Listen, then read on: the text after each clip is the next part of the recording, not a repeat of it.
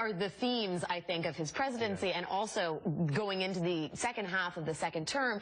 And they couldn't come at a more important time, I think, because not only is the economy in a certain place, I think a lot of people are asking, where are we in terms of our doctrine, in terms of the American democracy and social compact? Well, I think you touched on a couple of things. We still have long-term unemployed, as Sam said.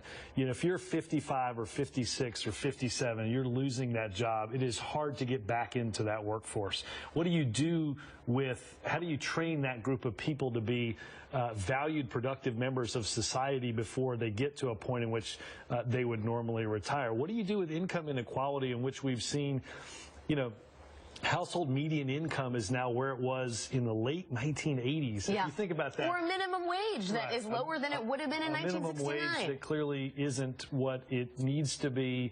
And, also we're having these kind of very ad hoc budget discussions, not necessarily having a what do we want in government, and then what are we willing at all levels to pay for what it is we desire and want. And, I do think that it's going to be a much longer term project. My hunch is that is a project also that outlasts the current president and will go into whomever the next president is. But I do think long-term inequality, as the president again mentioned last week, is a problem that can and must be addressed.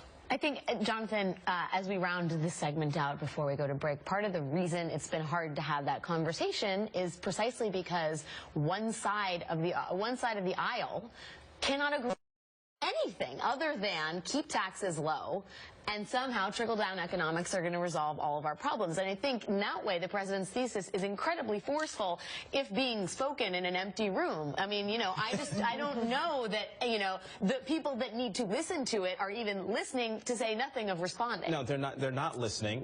One, because they don't like the message. Two, because they don't like the messenger. And you said something, I think, important that folks need to hear again. The president's speech last week about income inequality, which was an echo of the Kansas speech, I believe that was during the presidential campaign, which was an echo of his speech at Knox College in 2005. This is something that the president has been talking about since before he was president. This has been very consistent. I think what's changed now is that the country has moved to a place where now they're ready to hear this message and want something done about it. The only problem is, as you said, the other side, who's going to do it. Well, on that skeptical note, we'll take a break. President Obama is headlining a group of former U.S. presidents, dignitaries, and heads of state who will attend tomorrow's memorial